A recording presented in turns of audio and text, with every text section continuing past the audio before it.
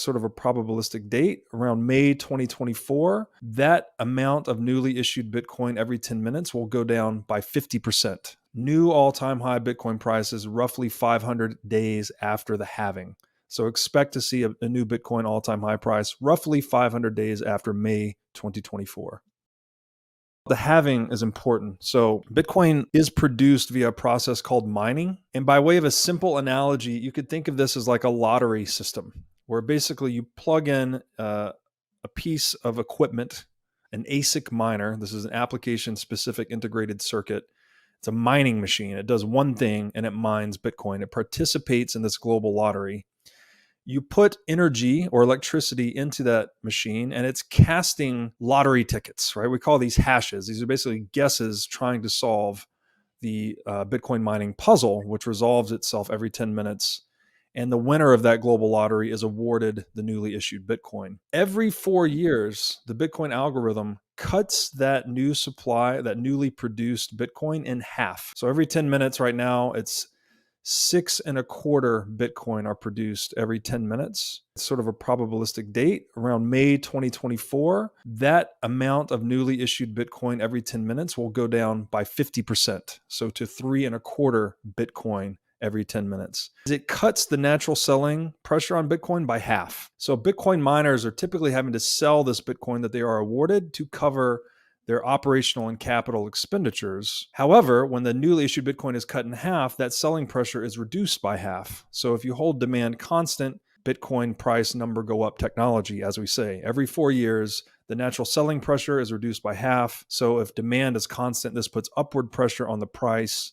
And we tend to see new all-time high Bitcoin prices roughly 500 days after the halving.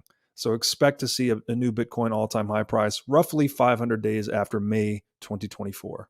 It's one of the reasons I don't buy stocks, because I've issued stocks. I'm an entrepreneur, and we printed them all the time. It was a completely debasement. You know what I mean? We just printed more shares of stocks so we could sell more shares. It's legal. We do it legally. Please hear me. Sure. Legal, but I didn't like it. But even when you did that, the dilution on the cap table was pro rata, which means every person that owned a percentage of that company was diluted proportionately. Right. What I'm saying with the printing of money is that it's not proportionate whatsoever. There's one group that's expanding their ownership and they're diluting another group. So central bank shareholders expand their purchasing power at the expense of savers or users of the currency. Correct. So it's a totally rigged game. So again, so that's my rich dad said, you know, they're stealing our wealth via our money. And there's another thing called the quintillion effect, that the closer you are to those who print the money, the richer you get. What is a quintillion effect? It's exactly what I just described, actually. So those who receive the newly printed money first or earliest benefit at the expense of those who receive it later or last. So as money enters broader circulation, prices start to increase, right? Goods and capital get bid up. So those that are buying it at low prices before that money enters circulation and bids up prices are benefiting. They're increasing their capital position at the expense of those that receive it later. A simple way of saying this, money printing is one of the primary means by which the rich get richer and the poor get poorer.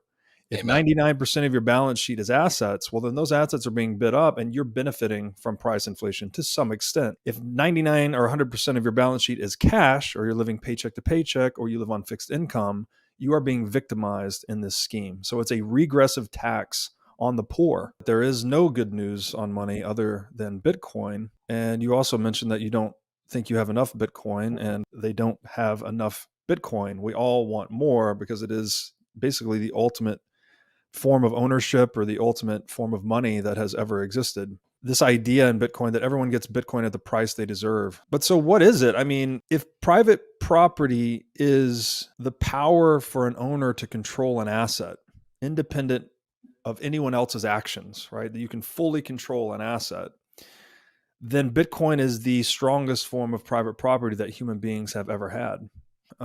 This is money wrapped in military-grade encryption designed to be unstoppable. So there's no conceivable way to stop it.